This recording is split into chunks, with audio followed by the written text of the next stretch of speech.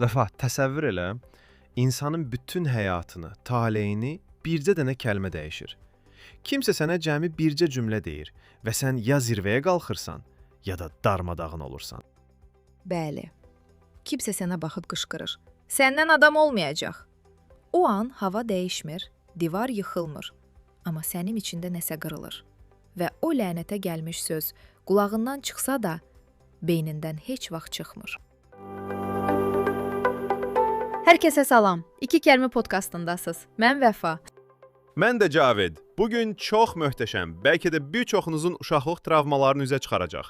Amma ən əsası sizə çox böyük güc verəcək bir mövzudan, sözlərin bioloji gücündən danışacağıq. Cavid, bu travma məsələsini dedin, nə? Birsə nə yadıma düşdü? Bizim cəmiyyətin ən böyük kəlmə travması harda yaşanır? Maşın sürməyi öyrənən vaxt. Yanında ya atan oturur, ya da həyat yoldaşın. Elə panika ilə qışqırırlar ki, vuracaqsan indi başqasına. Sən hara, maşın hara, səndən şofer olmayacaq. İnanırsan, adamın ayağı tormuz əvəzinə qaza gedir. Ay sağ ol. Sən əslində o maşını 1000 dəfə yaxşı sürə bilərsən. Amma yanındakı adamın sənə olan bu onsuz da səhv edəcək gözləntisi sənin beynini dondurur. Sən doğrudan da onun gözlədiyi o bacarıqsız şoferə çevrilirsən.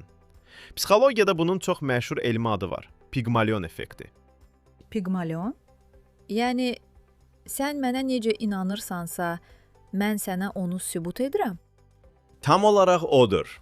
Harvard Universitetində bunun çox maraqlı bir testini ediblər. Professor məktəbə gəlir, müəllimlərə 5 təsadüfi uşağı göstərib deyir ki, baxın, bu uşaqlar dahidir ha, ilin sonuna partlayış edəcəklər. Diqqətli olun.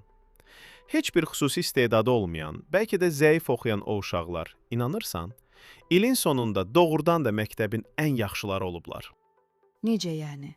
Yəni, sanki sehirli çubuqla toxundular o uşaqlara. Yox, sehirli çubuq elə müəllimin kəlmələri idi. Çünki müəllim o uşağa dahi kimi baxırdı. Uşaq səhv edəndə üstünə qışqırmırdı. Gülümsüyürdü. Eybi yox, sən bacararsan, biraz da düşün, deyirdi. Və insan ona biçilən o dahi rolunu dərhal mənimsədi. Çox maraqlıdır. Cavid, sən bunu danışırsan, mənim yadıma dərhal o məşhur Məhəmməd Qahtaninin hekayəsi düşür.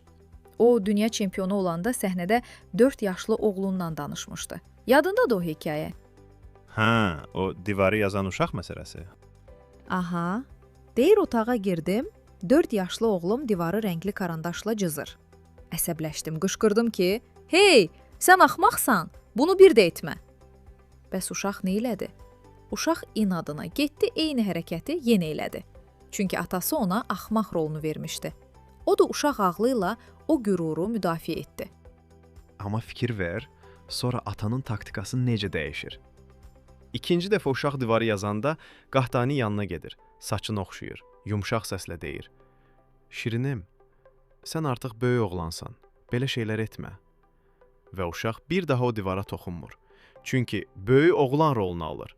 İnsanı cəzalandırmırsan, ona sadəcə fərqli bir güzgü tutursan. Çox gözəl nümunədir. Amma Cavid, bizim cəmiyyətdə işlər həmişə belə pozitiv bitmir. Bizim o qonşunun uşağı dərdimiz var axı.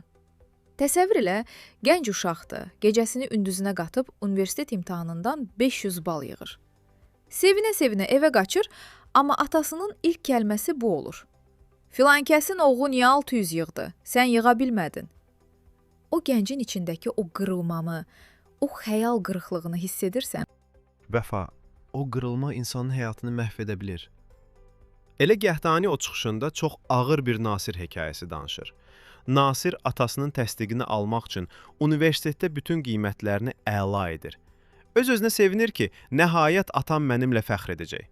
Zəng edir ki, ata, mən hər şeyi əla oxudum. Mənimlə fəxr edirsən? Atası qayıdır ki, hə, yaxşı, mən məşğulam, sonra yığaram. Məşğulam. Bu bircə kəlmə. Bəli, o gənc məhv olur. Düşünür ki, əgər bu dünyada mənim üçün ən dəyərli adam məni saymırsa, mən kimin üçün oxuyuram? Dərsləri atır, narkotika qurşanır və sonu reanimasiyada o aparatın səsində bitir. Sadəcə bir afərin kəlməsi, bir dənə səninlə fəxr edirəm, o canı xilas edə bilərdi, amma edilmədi. Bu o qədər realdır ki.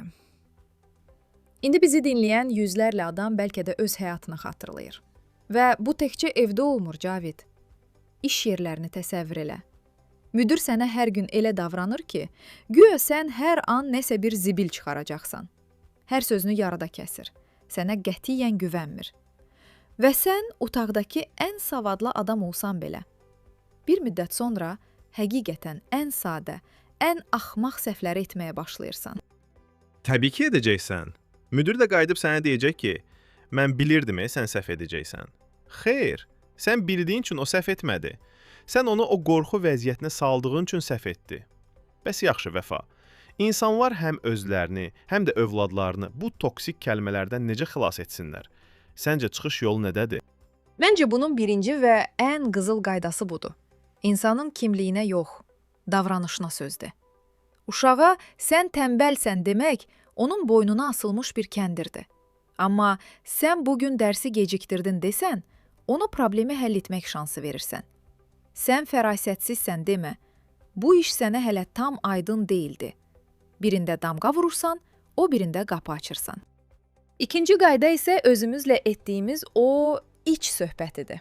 Biz özümüzü çox döyürük axı.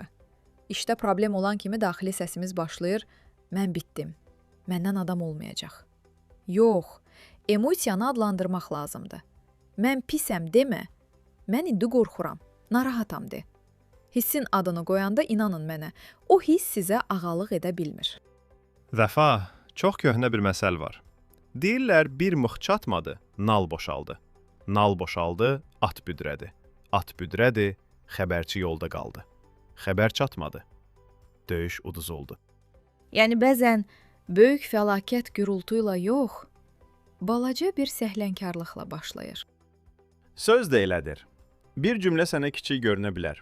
Amma o cümlə insanın içindəki inamı boşaldırsa, sonra həyatın başqa yerlərində də ard-arda qırılmalar başlayır. Elə Qahtani o dahi çıxışını belə bitirir. Deyir, sizin sözləriniz zəhər də saça bilər.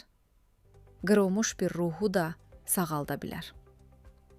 Bugün evə gedəndə övladınıza, yoldaşınıza və ya sadəcə güzgüdə özünüzə baxanda qırılmış bir ruhu sağaltmağı seçin.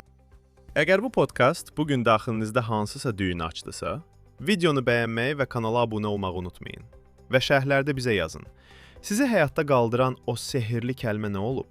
Yoxsa siz hələ də o mənfi sözlərin təsiri altındasınız? Gələn həftə yeni bir faydalı mövzu ilə eyni kofe masasında görüşənədək. Özünüzə və ağzınızdan çıxan o kəlmələrə çox yaxşı baxın. Hələlik.